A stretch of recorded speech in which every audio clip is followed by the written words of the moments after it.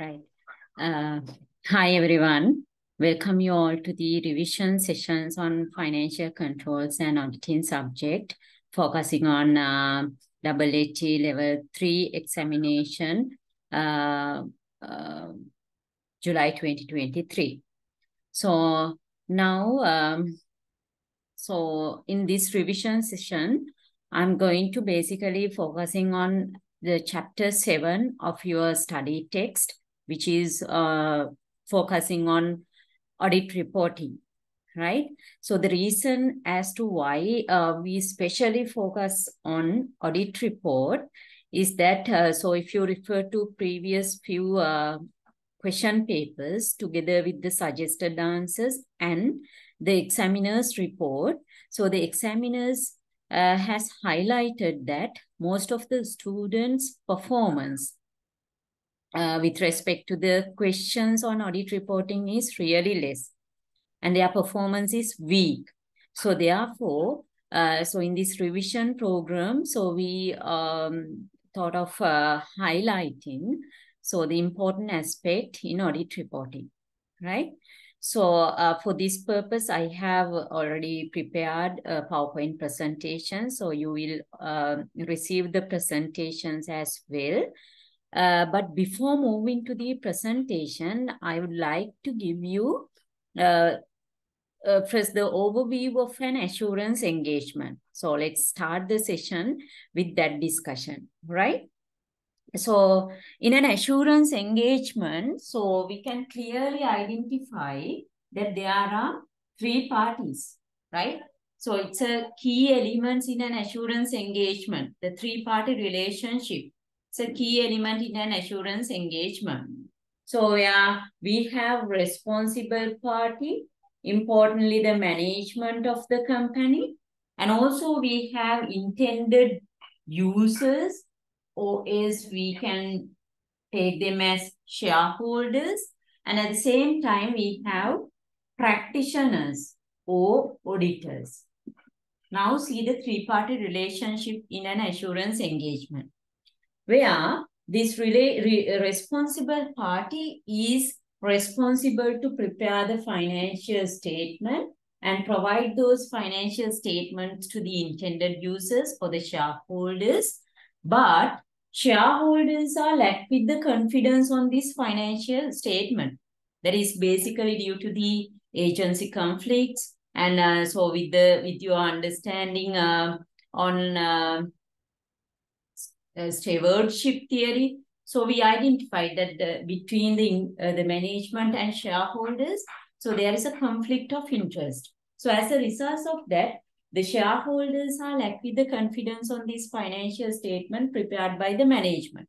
So therefore, shareholders invite an independent party completely outside from the organization to come and review this financial statement, and so at the end of that process, provide a written report.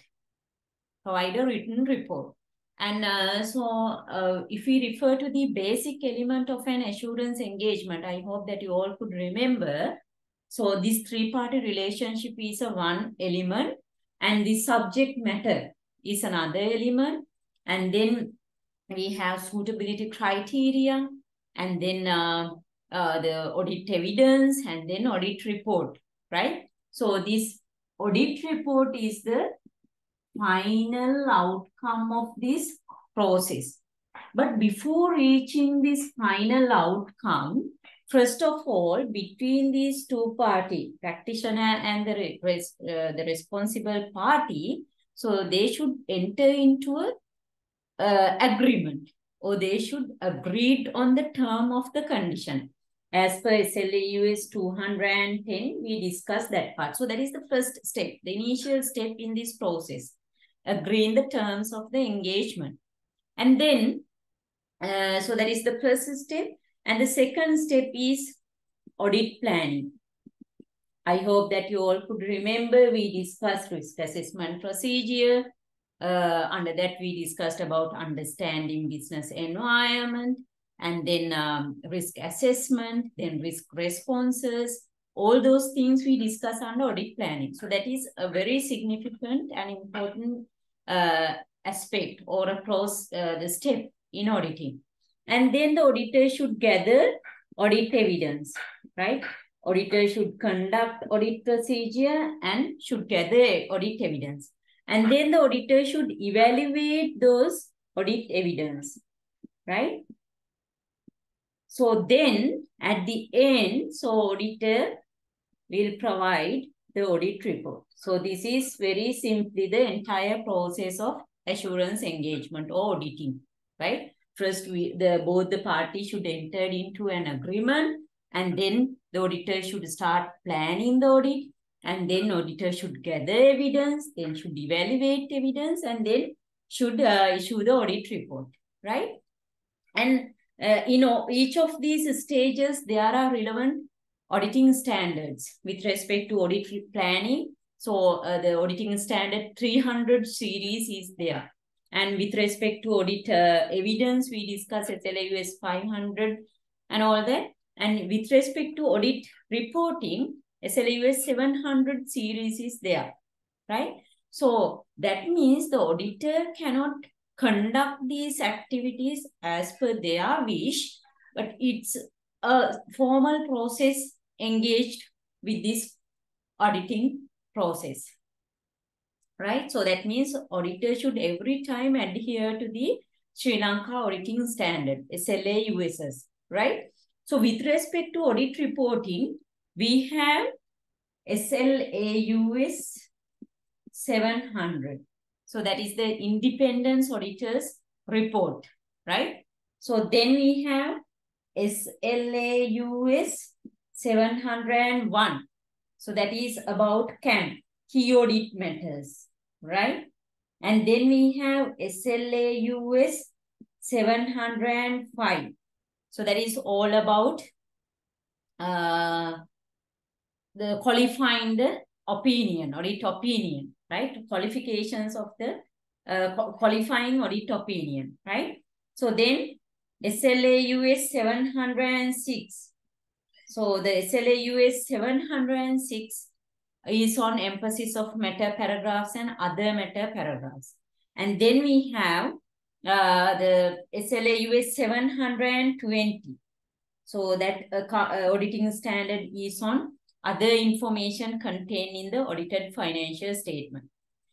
However, if you refer to your study text starting from page number 156, right? So the chapter 7 of your study text. So these chapters basically focusing on SLAUS 700 Independence Auditor's Report, SLAUS 705 modifications to the audit opinion or the audit report, and then SLAUS 706. So that is the other meta paragraphs. So emphasis of meta paragraphs and other meta paragraph. So therefore, today in these revision sessions, so I'm basically focusing on these three auditing standards, SLAUS 700, SLAUS 705, and SLAUS 706. Right. So now, let's move to the presentations which I have prepared for the purpose of this revision session. So first of all, let me share the presentation. Right. So if you refer to this slide, so it gives you the list of the auditing standard with respect to audit reporting that you should mainly focus on with respect to your examination, right? So like we discussed earlier, SLAUS 700, 705, and 706, right? So if you refer to the SLAUS 700 auditing standard, so see the title of the auditing standard, it is unmodified opinion in the auditor's report, right? The key word that you should highlight is unmodified opinion. So this standard guides you how to express an unmodified opinion, right? Unmodified opinion, right? So first of all, let's have a look at an unmodified opinion. Now here, I have added here an extract of an unmodified opinion. Just read it. It says, in our opinion, the financial statements present fairly in all material respect, or give true and fair view of the financial position, financial performance, cash flows of the entity, and those are in accordance with Sri Lanka accounting standards, right? So now you can identify the meaning of an unmodified opinion. The very simply it says that, so yes, as the auditor, we have audited the financial statement of the subject company, and we arrived at a conclusion saying that, so these financial statements are in accordance with Sri Lanka accounting standard. So these financial statements do not contain any material misstatements. So also those present true and fair view of the financial position, performance and cash flows of the company. Right? Say that there is no errors, there is no misstatement. These financial statements are true and fair. Right? So as the auditor, while conducting audit procedures, so you entered into the conclusion saying that no misstatement, no errors, no misstatement, and these financial statements are in accordance with Sri Lanka accounting standard. And as a result, so these financial statements provide true and fair information. No misstatement, right? So that is what an unmodified opinion meaning, right? So an unmodified opinion is the opinion expressed by the auditor when the auditor concludes that financial statements are prepared in all material respects in accordance with applicable financial reporting framework. So now for our country, so in Sri Lanka, the applicable financial reporting framework is SLFRSs and LKSs. All right. So now, so this SLAUS 700, so the importance here is there are mainly two discussion, the important discussion given in this auditing standard, right? If you refer to SLAUS 700, there are mainly two important aspects, right? So the first one, it provides you an idea on unmodified opinion. So now we have discussed the meaning of an unmodified opinion. Very simply, auditor says that financial statements are true and fair, right? No misstatement. No misstatement. Financial statements are true and fair. That means very simply, financial statements are in accordance with financial reporting framework. Very simply, in accordance with LKSs and SLFRSs. Right? So then, the next part of the SLAUS 700 auditing standard is basics element of an audit report, or key elements of an audit report. And basically, we can identify 13 key elements, around 13 to 14 key elements in an audit report, right? So it's really important for you to get familiar with this element, because if you refer to, if I'm not mistaken, 2022 July question paper, the examiner has directly asked, so what are the elements of an audit report? And given you around 4 to 5 marks. So therefore, it's really important for you to get familiar with the content of the audit report. And the another importance of this auditing standard is, since in this auditing standard, the elements of an audit report is specified, so all the audit firms, they should prepared the audit report in the same format, right? For an example, now let's assume you are working in a company, and for that company, though they are audit conducted by the, let's say, E&Y audit firm, KPMG or PwC, whoever who conduct the audit, the same structure, the same format of audit report should be given. That is because of this SLAUS 700, right? Sri Lanka Auditing Standard 700. It says, now all the auditors, you should prepare your audit report in this format. Now they cannot deviate, right? The structure, the content of the audit report is specified in SLAUS 700. Now, let's get familiar with this, the elements or the item, content of the audit report, right? So now I will share the relevant slide with you, right? Now see here, as per the paragraph 21 to 49 of the auditing standard, there are mainly, 14 the basic elements of an audit report. The first, it comprises the title, then the address, then opinion paragraph, then basis of opinion, the going concern, aspect, key audit matters, other information, management responsibilities, auditor's responsibility, other reporting responsibility, name of the engagement partner, auditor's signature, and auditor's address and date of the report.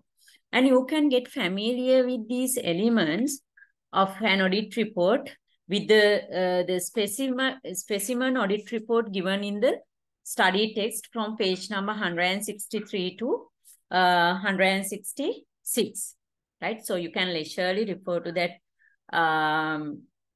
part of the study text to understand the content of the audit report. And for the purpose of this session, so I will share with you the audit report of the Aitken Spence Hotel Holding PLC. And by referring to that audit report, so I'm going to explain you these basics element. I hope that it is visible for you all. Now see, the first element of the audit report is the title, right? Now see here, so this audit report started from the title, Independent Auditor's Report. So this is the first elements of the audit report, the title, right? So why? What is the reason? So now if you refer to an annual report of any company, so those annual report comprises so many reports, right? Including especially these auditor's report, and then financial reports, and so many reports with respect to non-financial information. For an example, the reports on corporate governance compliances, risk management framework of the company. So likewise, so many reports in the annual report. So this title should be there in the audit report to distinguish this from the other reports in the audit report. So once you see this title, so you can very clearly identify, this is the Independent Auditor's Report. So you can distinguish this report from the other reports, from the other informations available in the annual report. So the first element, title. And then the second elements of the audit report is the addressee, right? Addressee. So now, here, read this. It says, to the shareholders of Aitken Spence Hotel Holding PLC, right? So now, here, the importance of adding this addressee to the audit report is that now the auditor has been appointed by the shareholders, right? So the auditor's primary role is to conduct the audit and provide the written report to the shareholders, right? So this written report, so this auditor's report is focusing on the shareholders. So therefore, who appoint the auditor? shareholders appoint the auditor. So therefore, in the audit report, the auditor should address to the shareholders. Hello, shareholders. So this is the report that we generated. So this is the conclusions that we arrived at. So that is why in the addressees part, we every time address to the shareholders. Now in this report, so we can see to the shareholders of 8 Spence Hotel Holdings PLC. So this is the second element of the audit report. And then the third elements of the audit report, that is the opinion paragraph. Third elements of the audit report is the elements paragraph, right? The opinion paragraph. So this is the first element. So the addressee, the second element. And third one is this opinion paragraph. Now this opinion paragraph, if you carefully read it, so there are mainly 2 parts, 2 paragraphs in this opinion paragraph, right? So if you refer to this paragraph, it says what they have audited. And another paragraph is there, it says what is their conclusion. Now, if you read this, it says we have audited the financial statements of this company, including here you can see statement of financial position, a statement of profit or loss and other comprehensive income, statement of changes in equity and cash flow. So therefore, the first paragraph in the opinion paragraph says what they have audited. And if you refer to the second part, it says, in our opinion, so this financial statement provide true and fair view, right? So in our opinion, the accompanying financial statements of the company provide true and fair view of the financial position, performance and cash flows of the company. So the second sections of the opinion paragraph states the conclusions of the auditor. Conclusion, right? So then the next paragraph or the next element in the audit report, so the fourth element is the basis of opinion. In the basis of opinion, auditor says that on which grounds we arrived at this conclusion, on which basis we say that these financial statements are true and fair. So on which grounds the auditor usually say that the financial statements are true and fair? Through conducting audit procedures in accordance with Sri Lanka auditing standard. Now here you can see they mentioned that we conducted their audit in accordance with Sri Lanka accounting standard. Sri Lanka auditing standard, right? So the basis for opinion explain on which grounds the auditor arrived at this conclusion. And then this is the fifth elements of an audit report, the key audit matters. Key audit matters. So this is actually recently introduced with the introductions of SLA US 701, separate auditing standard is there for the key audit matters or CAM, right? So then what do you mean by this key audit matters, right? If you refer to an annual report prior to 2018-19 financial year, you couldn't find this section in the audit report, right? This is recently introduced, see, recently brought into the structure of the audit report, key audit matters.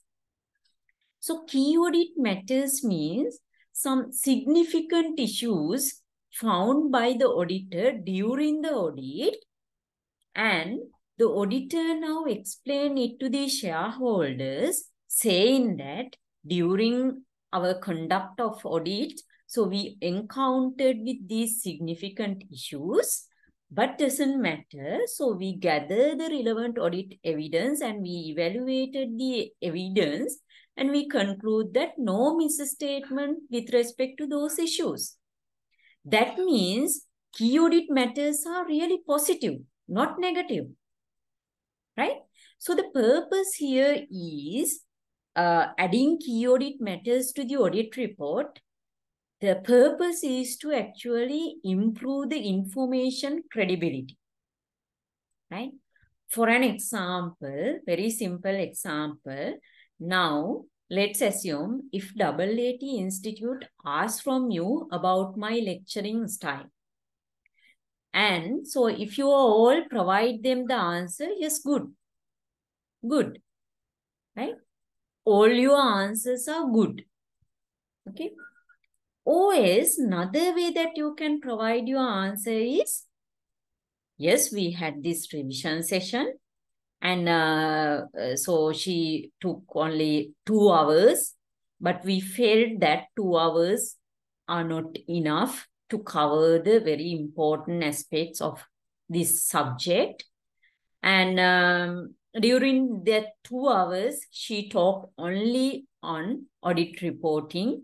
However, there are so many other important aspects. So likewise, so now you provide some other information, and at the end, so your answer is as a whole or overall. So her lecturing style is good. Now, so you can imagine, so in which answer, whether first answer or second answer is information rich. Of course, the second answer. So now the AAT Institute received the very good information with your second answer. So likewise, in audit report, if the auditor provide an unmodified opinion, the auditor says, yes, good. Financial statements are true and fair. It's good, true and fair. So that is the conclusions given by the auditor. Now see, adding this key audit matter means, so the auditor is providing more additional informations to the shareholders now. Like you gave additional information to the AAT Institute with your second answer. Now the auditor says, yes, we conduct our audit. And while we conducting the audit, we encountered few significant issues. However, we obtain audit evidences with those issues, and we conclude that, so due to those issues, no material misstatement. So that is why I told you these key audit matters are not negative. Those are positive.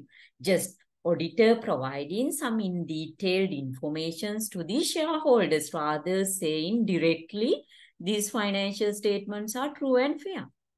Right? So the key audit matters. So there is a separate auditing standard with respect to these key audit matters. So usually the auditor at these key audit matters, right? So in the audit report, basically under 3 circumstances, right? So key audit matters can, right?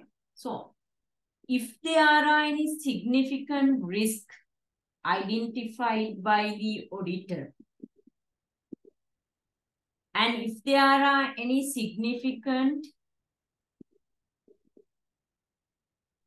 event occurred during the let's say just after the completions of the audit, maybe, or just after the reporting period, maybe it's a subsequent event. So subsequently, so the company you audited, they have merged with another entity, which is a significant event. And also the significant judgment made by the company, management, significant judgment, right? So these type of things, the auditor can add into the key audit matters, right? And when the auditor presents those key audit matters in the audit report, the auditor should specify what is the descriptions, what is that event, what is that incident, and why auditor conclude that it has a significant issue, whether it is a significant judgment made by the company like this, significant judgment, or whether it is a significant risk involved there, whether it is a significant event. So the nature of the event should be explained. And then there are responses, right? So likewise, that is the way that they should present these key audit matters on the face of the audit report, right? Then, so we discussed mainly 5 elements. First one is title. Second one is addressee. Then opinion paragraph, basis of opinion paragraph, then key audit matters. Then the next, so see here few key audit matters presented by the auditor with respect to this company, right? So you can leisurely read them. And then the other information. So this is the sixth item of the audit report. Other information. So other information means whatever the other information contained in the annual report. So if you refer to an annual report, other than these financial statements and audit report, there are so many other information. CEO review, then with respect to corporate governance compliances, then risk management framework, and with respect to this integrated reporting, right? So many the informations on their 6 types of capital, so many other information. Now, what do you think? Whether the auditor is having any reporting responsibilities on those other information? The simple answer is no. Because the shareholders invited auditors to review the financial information only. So therefore, the auditor is having primary responsibility over reviewing the financial statements in the annual report, not on other information. Right? So here, read it. Management is responsible for the other information. It is not our responsibility as the auditor. The other information comprises the information included in the annual report, but not included in the financial statement. Auditor doesn't have any responsibility with respect to other information. However, now see, so in the annual report, the audited financial statements are there. And now let's see, in the audited, the financial statement, in the income statement, as per the audited figure, so the profit after tax, profit for the year is reflected as rupees 50 million. Once you refer to audited income statement, the profit for the year shown as 50 million. Now in the chairman's review of the current year, so he has shown it as, let's say, rupees 500 million. So both the reports are in the same annual report. Now in the audited annual report, it says the profit for the year as 50 million, and the chairman's review says that it has 500 million. Now the material inconsistencies are there with respect to the audited information and the other information present in the annual report. So if the auditor aware of this fact, okay, once the auditor should read the entire annual report and find out if there is any material inconsistencies of the informations there in the other information, if we compare it with the audited financial statement. If that is the case, then the auditor is having responsibilities to report on those inconsistencies, right? I hope that it is clear for you all.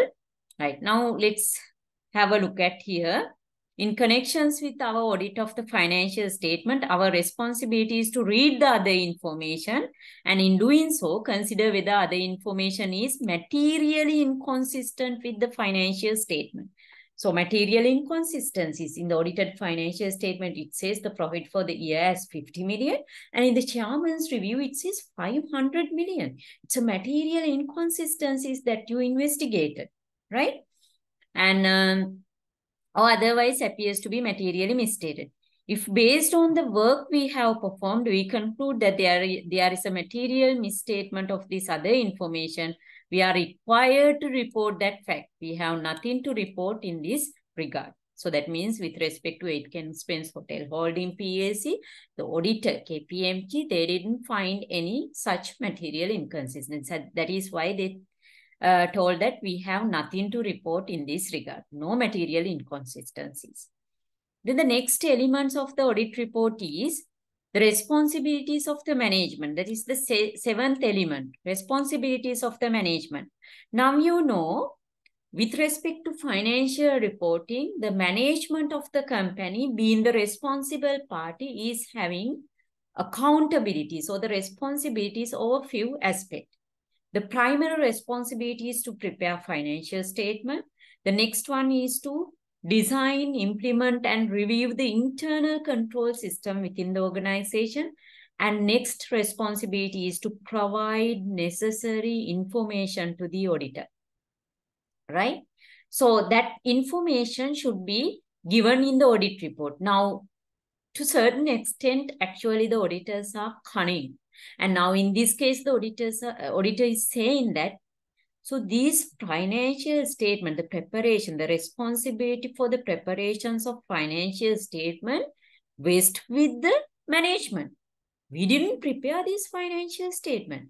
We just conduct our audit and provide a conclusion, provide our overview, our conclusion. We didn't prepare these things.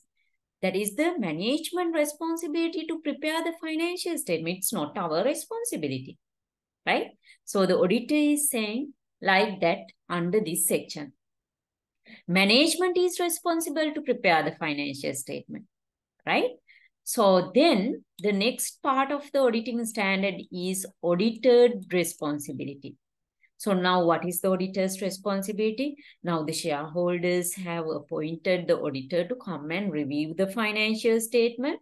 Reviewing take place through reviewing the financial statement, all the account balances, transactions and disclosures, and ensuring that those are in line with the financial reporting framework. That is very simply the auditor's responsibility. In doing so, the auditor should comply with the ethical requirements, and they should conduct their audit procedures with respect to Sri Lanka auditing standards. So likewise, those are their responsibilities. So in these sections, the auditor is specifying our responsibilities are these things, right? So then the next one is the report on other legal and regulatory requirements. So that is the ninth, right? Ninth elements of the financial statement. Now see, with respect to auditor's responsibility, there is a very lengthy report here. So you better read it leisurely, right? So report on other legal and regulatory requirements. Now in this case, now suppose, so you are the auditor of a bank, right? You are an auditor of the bank, right? So now let's say AB Bank, right? Now you are the auditor of this bank. Now, so we all know bank, since they are actually conducting their business with the general public's money, so they are subject to so many compliances imposed by the central bank, CBSL, or maybe from the Finance Ministry Act, right? So likewise, they are subject to so many regulations, so many regulatory compliances with respect to a bank, or maybe for an insurance company. They are also subject to so many regulations. Now let's assume, so you are auditing, right? So you are the auditor of this AB Bank. Now, do you have any responsibility to comply or to review the compliance of this bank on these other regulations? Do you have any responsibility in assessing whether this AB Bank have complied with the regulation imposed by Central Bank or Finance Ministry Act or whatever? No, you don't have. Maybe it is the compliance department of Central Bank conducting that audit, whether this particular bank complied with our directions, and accordingly are we going to continue with their license, or are we going to cancel their license? That is their responsibility, not the external auditor's responsibility. Your responsibility to come and review the financial statement prepared by AB Bank. However, so in the capacity of the auditor, you are also having some other, you are also having responsibility over other regulatory requirement with respect to financial reporting. Now you are reviewing whether this bank prepared this financial statement in accordance with financial reporting framework. In addition to that, this bank should comply with whatever the financial reporting requirement imposed by, let's say, Companies Act, right? Because so once you get registered as a company under the company registrar, Companies Act, So the company has specified few requirements on the financial reporting. Then the auditor, since those are with respect to financial reporting, compliance on financial reporting, you should evaluate whether this company has complied with those other regulatory requirements with respect to financial reporting only, not with respect to their core business, like the regulation imposed by central bank or finance ministry or whatever, right? So now, see in this company, so now the auditor has reported their responsibility over the compliance with other regulations, especially with respect to Companies Act. Report on other legal and regulatory requirements as required by Section 163 subsections 2 of the Companies Act, number 7 of 2007. We have obtained all the information and explanation that were required for the audit. And as far as appears from our examination, proper accounting records have been kept by the company. And then see the 10th sections of the report is the CA Sri Lanka membership number of the engagement partner. So 2618. So this is the basically to provide the responsibility of the auditor to that particular person. So this person who bear in the membership number 2618 is purely completely responsible for the audit of the Aiken Spence Hotel Holding, right? So to assign the responsibility to that particular person. And then the signature of the auditor is the 11th part of the audit report. And then the address is the 12th, and the 13th one is the date of the audit report. Now see, so how can we identify these 13 elements in the audit report? Title, addressee, opinion paragraph, basis for opinion, key audit matters. Then the auditor's responsibility on other information, reporting responsibilities of other information, management responsibility, auditor's responsibility, report on other legal and regulatory requirement, engagement partner membership number, signature, address, and then the date of the audit report. Okay, so with that we can conclude our discussion on SLA US 700, right? Okay, now let's move to the discussion on the modifications of the audit report. That is on SLA US 705. So now modifying means, so the meaning of this term modified or modification means doing something, some changes, okay? Adding some additional parts, additional paragraphs to the audit report. Now earlier we got very clear understanding the audit report. The standard format comprises 13 elements. If you have made any changes to this structure format, if you add a new paragraph, other than whatever the things that we discussed, so that is a modifications to the audit report. That is kind of a change to the audit report, right? So then the SLA US 705 is there with respect to the modifications in the audit report, saying that the auditor can add such modification in 3 ways, right? So the auditor can give a qualified opinion, adverse opinion, and disclaimer of opinion. So then the standard says, in these 2 circumstances, you can change the standard format, that 13 elements in the audit report under these 2 circumstances, right? So a modified opinion is required in either of the following situation. The auditor concludes that the financial statement as a whole are not free from material misstatement. Now you conduct the audit, you gather audit evidence, and you evaluate the audit evidence, and you conclude that there are errors, there are misstatements. These financial statements are not good, not true and fair.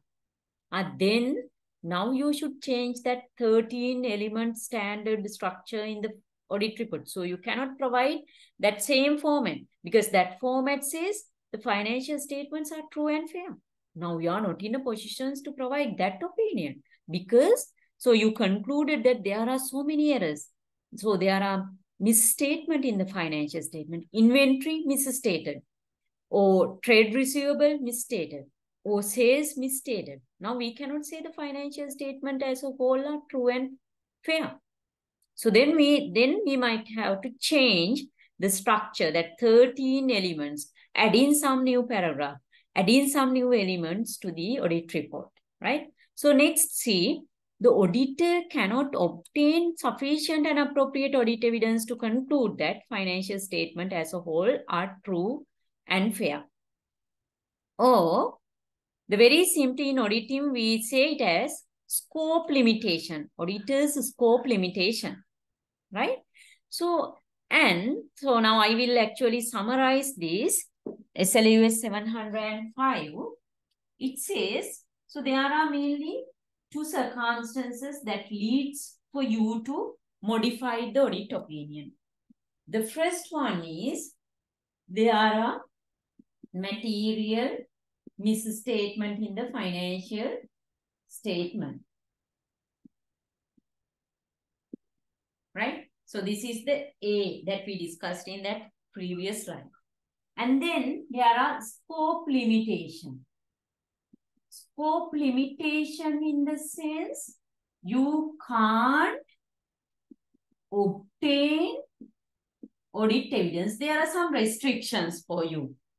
Maybe the managers themselves, they don't provide you the access to information. They restrict your access to information. The scope limitation. Without gathering audit evidence, you cannot conclude, you cannot arrive at a conclusion, right? So now see, under these two circumstances, I am now referring to SLA US 705. Under these two circumstances, so you should consider about the nature and the impact of these scenarios now, right? So that impact you can assess in two ways, whether it is a material impact and the impact is material and pervasive. Both material and pervasive, right? So the materiality, so we discussed under SLA US 320. I'm not going to explain it in detail, so it's really judgmental, but this standard provides us a golden threshold, 5% of profit before tax if it is a profitable venture, or 1% to 2% on total assets. So, and different bases are there, right? So, likewise, we should assess whether this, there are misstatement, errors, okay, misstatement, errors in the financial statement, and those are material. For an example, let's say in the statement of financial position, under current assets, we have inventory. Right? Inventory. So they have measured inventory at 5 million. Now in the draft financial statements given to you, the inventories appeared at 5 million. However, so this 5 million has misstated as the company only measured it at cost. However, as per LKS 2, the inventory should be measured at lower of cost or NRV. Now, the company didn't comply with the financial report, applicable financial reporting standard, LKS 2. They have deviated from LKS 2 and measured the inventories at 5 million. And if you measure the inventories correctly at lower of cost or NRV, it should be 3 million. So now, the 2 million misstatement in inventory, only in inventories, right? Other items in this financial statement may be property, plant and equipment, intangible, cash and cash equivalent. All those items are true and fair. Those are correct. Only the inventories they have misstated. Now, the misstatement is from 2 million, right? Now we should assess the impact of this 2 million, whether it is material based on this concept. And then we should first communicate this to those charged with governance. And so we should have a very good discussion with them. This type of error has been made when you are preparing the financial statement. And so if they don't agree, right?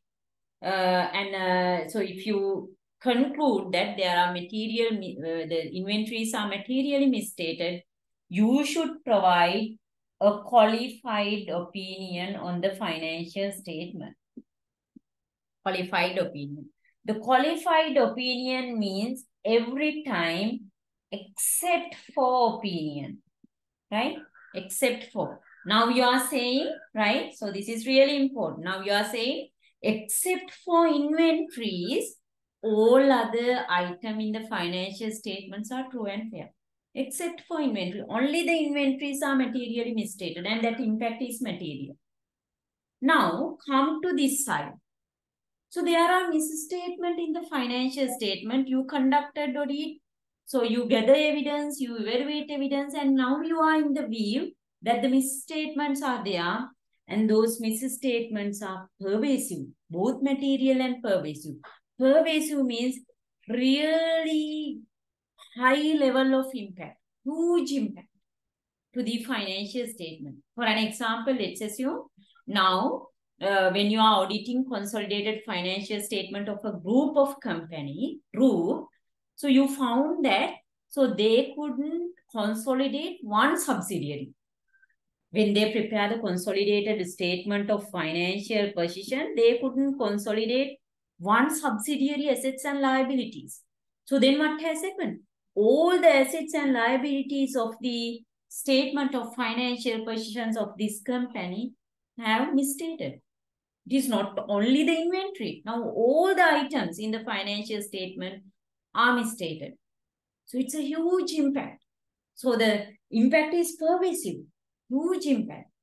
So then the standard says you better provide adverse opinion. Adverse means, so now we say now, adverse weather conditions, not good. Today the weather condition is not good. So likewise, adverse means these. So you directly says to the shareholders, be aware. So these financial statements are not good. Directly saying that these financial statements, the consolidated financial statements of this company are materially misstated. So many issues with respect to so many items, right? So how we can say financial statements are materially misstated. Unmodified opinion, how financial statements are true and fair. Qualified opinion, except for inventories or except for property, plant and equipment or except for cash, all others are true and fair. Adverse opinion directly says these financial statements are misstated, right? So now come to this side. The scope limitation. In the capacity of the auditor, you don't have access to information. So now what is the process of auditing? You should conduct audit procedure, gather audit evidence, evaluate audit evidence, and arrive at a conclusion. Now you don't have audit evidence now in this case. So then again, you should assess the impact, whether it is only material and both material and pervasive, right? In material, so let's assume now as the auditor, you don't have access to information to the inventory. Maybe the company didn't invite you for the year-end physical stock count, right? So usually that is the way that the company conduct their inventory taking, stock count, right? So they should invite the auditor, come and observe. So whether we do this correctly, come and observe. So now in a company, they didn't invite the auditors to come. Then now the auditor don't have evidence whether they have conducted that physical stock taking correctly. So then they don't have information or evidence only on the inventory. Another example now, the company doesn't allow you to reach few customers to call for the direct confirmation. They don't share the contact details of 2-3 customers. So now you are not in the positions to call direct confirmation from those 3 customers. Now you don't have evidence to conclude that the account receivable, only the account receivable. Account receivables are true and fair. So then if that is the case, so you provide a qualified opinion saying that except for opinion, except for inventories, all others are true and fair.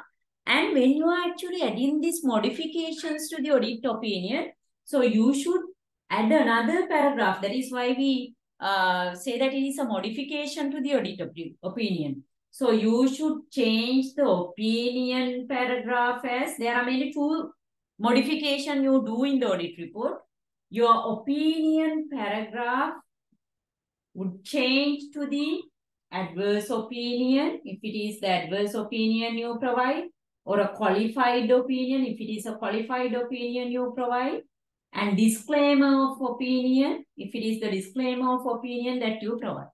And at the same time, in the same audit report, you should add another paragraph, a new paragraph saying basis for adverse opinion. Based on what we say that these financial statements are not true and fair. So what are the reasons? So you should specify it on the audit report itself. Due to these reasons, we provide our opinion, adverse opinion. Due to this reason, we provide a qualified opinion. So that basis for opinion should provide in detailed information, right? So then you don't have the evidence for all the items in the financial statement. It's so pervasive now. For an example, let's say there was a fire in the factory or in the premises, the business premise, that would lead to destroy all the supporting documents, invoices, payment vouchers, everything lost now. You don't have access to any information. Now it's the impact is really pervasive. You cannot verify sales, payment, the expenses, even the tax, then so likewise. Okay, so all the elements in the financial statement, you cannot verify it, you don't have evidence. So then you say, so since you don't have evidence, so you provide disclaimer of opinion. And you say that we do not provide opinion. We do not provide opinion. You prevent from providing an opinion. Now see, if the material misstatement are there, if those are material, qualified opinion. If those are both material and pervasive, adverse opinion. If the scope limitation are there, if the impact is material, qualified opinion, both material and pervasive, disclaimer of opinion. Now let's have a look at on the example given. Right? So here,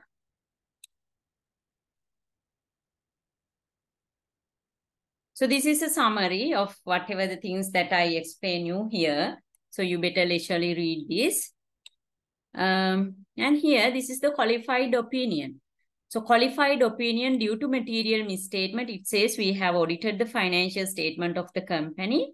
And in our opinion, except for the effect of the matter described in the basis of qualified opinion section, all others are true and fair. Right? You were true and fair, except for this. So what is that? A company's inventories are misstated. Except for inventories due to these reasons. Now see, clearly they have specified what is the reasons as to, we say that the inventories are misstated. So that reason is clearly specified. Due to this reason, except for inventories, all other items are true and fair. So then go to adverse opinion. It says that directly we have audited the financial statement and then in our opinion, because of the significance of the matter discussed in this section, the company's consolidated financial statement do not present fairly. Financial statements are materially misstated or financial statements are do not present fairly. So now, so you better leisurely read these reasons. Why? Right?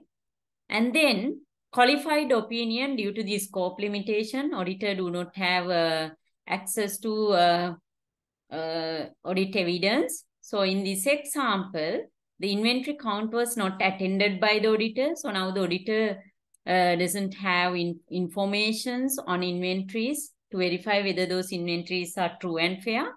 Then the auditor says, except for opinion. Now here see, in our opinion, except for the possible effect of the inventory, others are true and fair. And then see the disclaimer of opinion. So in this example, auditor has not only been unable to attend the inventory count, but also been unable to gain evidence on other areas. Okay, not only the inventories, auditors do not have access to information in other areas as well. So now the auditor says, we do not express an opinion. A disclaimer of opinion. We do not express an opinion. We don't have evidence to say, right?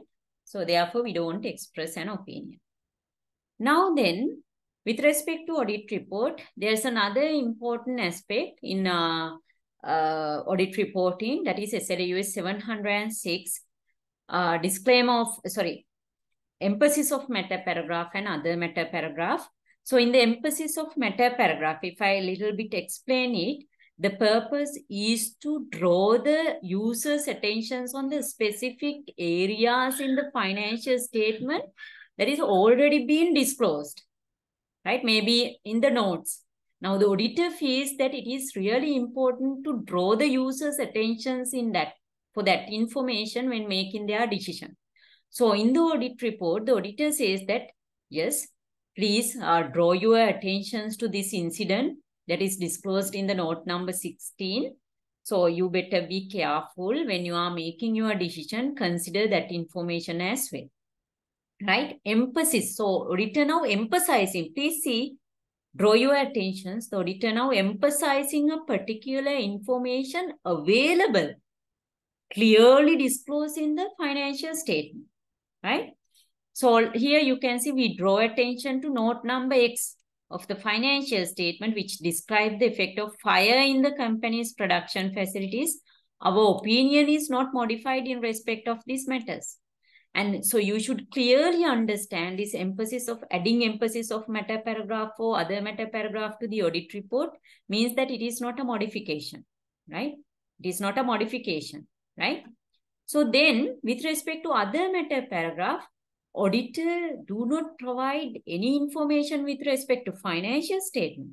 On the other meta paragraph, instead auditor provide information on the audit, maybe with respect to audit firms and their audit scope and their audit procedures. So likewise, for an example here, they says that the financial statements of this company were audited by another auditor in the previous year and who expressed an unmodified opinion. And in that case, the auditor says that we relied on the opening balances provided by those previous year financial statement, but the previous year financial statements have been audited by another auditor. So in the other meta paragraph, we don't discuss anything about the financial statement, but we discussed about the audit report and the auditor audit report and the audit scope, right? Then let's have a look at on the past paper questions. Now here in 2022 January, I'm not going to actually explain you the answers, but I just wanted to highlight here the examiner comments given on the previous question, because so you can find very clearly answers for these questions that is available in the suggested answer. But I am going to explain some key aspects, key concerns, and the common mistakes done by previous year candidates, applicants with respect to these questions. Now, if you refer to 2022 January, and at the same time, so the importance of audit reporting, the chapter 7 of your study text for your examination is, if you refer to past few years, so the weight given for this area is almost 10%, right? So 10% mark allocation from the 100 mark is there for audit reporting. Now see, in 2022 January, you have given 11 marks, right? 11 marks, right? Now, so in 2022 January paper, the examiner asks you to assess the impact of two given scenarios to the audit opinion. And then again, the examiner asks you to explain two instances where the auditor shall modify the audit report. So this is a direct question. So where you can answer from that separate slide we discussed, point A and B, as material misstatements are there and the scope limitation are there. And under those two circumstances, the auditor can modify the audit opinion, right? And in these two scenarios, now pay your attention to the examiner's report. So on the part D, the examiner is saying this part required to assessment of the impact of matters given in the question on audit report, right? So given the cases, right? So you should apply your theoretical knowledge into practice. Now, so if I show you the question paper,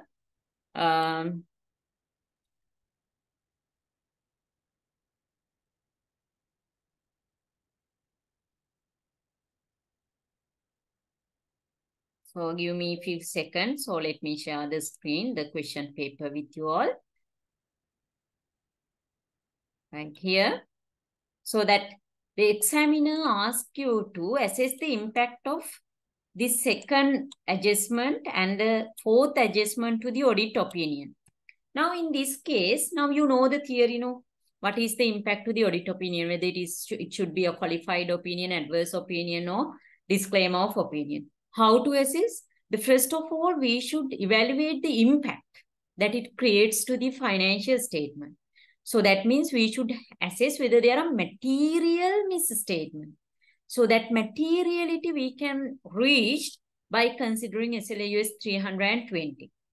Now, if you refer to this question or this case, the importance here is, so when we assess the materiality of any item, now in this company, it is loss. So 2020 loss, 2021 loss. So we cannot take profit before tax as a base to calculate the materiality. Instead, better to take the total assets in arriving at materiality, right? So now the question asks you, in this second one and the fourth one, so what is the impact to the audit report? So the second, the information, it says the company has obtained a bank loan and the company has breached loan covenants. And as per the loan agreement, breach of any covenant will result the loan to be paid on demand. Okay, if tomorrow bank asks to repay the tomorrow, we might have to prepay the loan. So now if you refer to the statement of financial position, this bank loan is presented, term loan is presented as a non-current liability. So therefore, it's a misstatement now. Because on demand, we should pay it. So therefore, we should reclassify it to the current liability. Now, so you should assess the materiality, whether it is material. How to assess the materiality? As a percentage of total assets, see what is the percentage for this term loan. That is how, very simply, 35,000 divided by 161.42 into 100. Right? How much? 35,000 divided by 161,042 into 100. It is 21%, around 21%. Right? If we take, as per the SLAUS 320, if we take total asset base, it should be around 1% to 2%. So this is really material. Right? So therefore, so we should modify the audit opinion. Right? We should modify the audit opinion. So if you refer to fourth one, the company has only accounted 50% of the annual depreciation charge amounting to 1,250,000 during the year. So that means another 50% we didn't account for. It's a misstatement. It is an error. Now we should assess the materiality, right? So take that 1,250 as a percentage of total asset, right?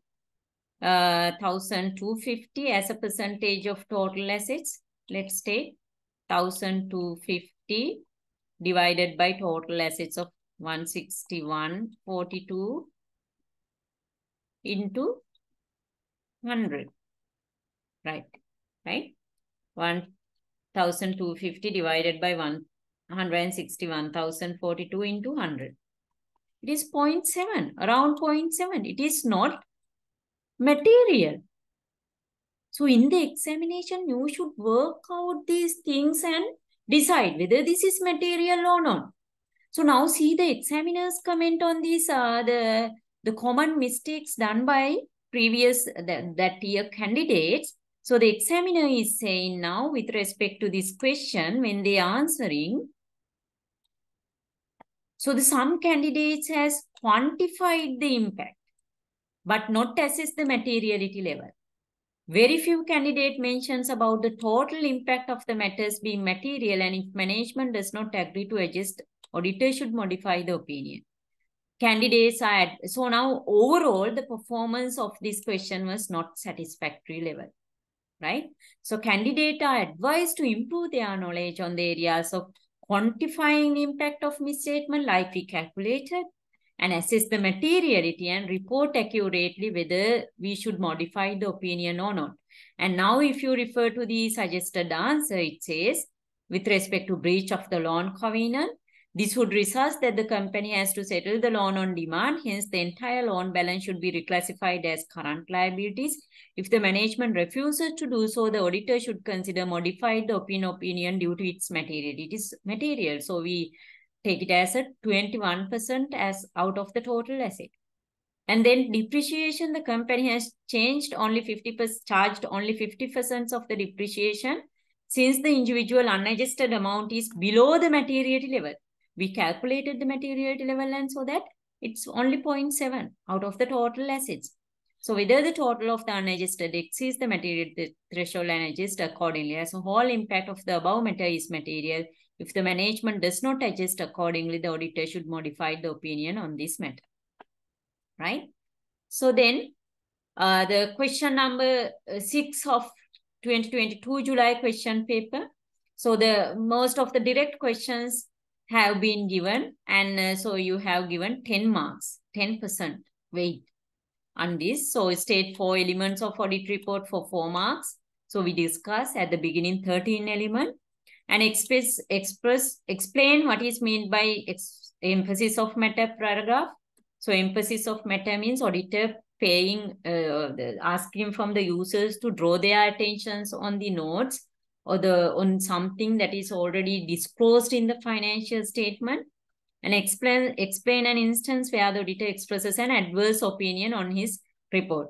So when the auditor found that there are material misstatement, and the impact of those misstatement are both material and pervasive, auditor express an adverse opinion. So those would be your answer, but I couldn't find the examiner report for 2022 July question paper. That was not available in the website. And this is the last year paper, right? So now, so you can refer to the answers with the question paper, and very importantly, I will pay your attentions to the examiner's report in the 2023 July, the last question paper. And then again, the examiner says that performance was very poor. And in this case also, the performance was very poor, right? So therefore, at the end, so I think that is the end of the presentation. At the end, the advice that I can give you is, so there are more than 1 week for your exam. So with that week, first, so you should actually, so I hope that you all have finished with your studies. Now, so the last week, it is better to discuss past papers, or better to attempt past papers. First, you should have your own answer, and then you should cross-check your answer with the suggested answers that is available online. And then please go through the examiner reports, and then identify the common mistakes that have been done by the previous candidates, and thereby you should try to avoid those mistakes and build up very comprehensive and complete answers in the coming examination. So with that, actually, so I hope that I covered everything with respect to this part, audit reporting. And then, so I would like to Wish you all the very best for the upcoming examination, right? So thank you for all your participation. Right. Thank you.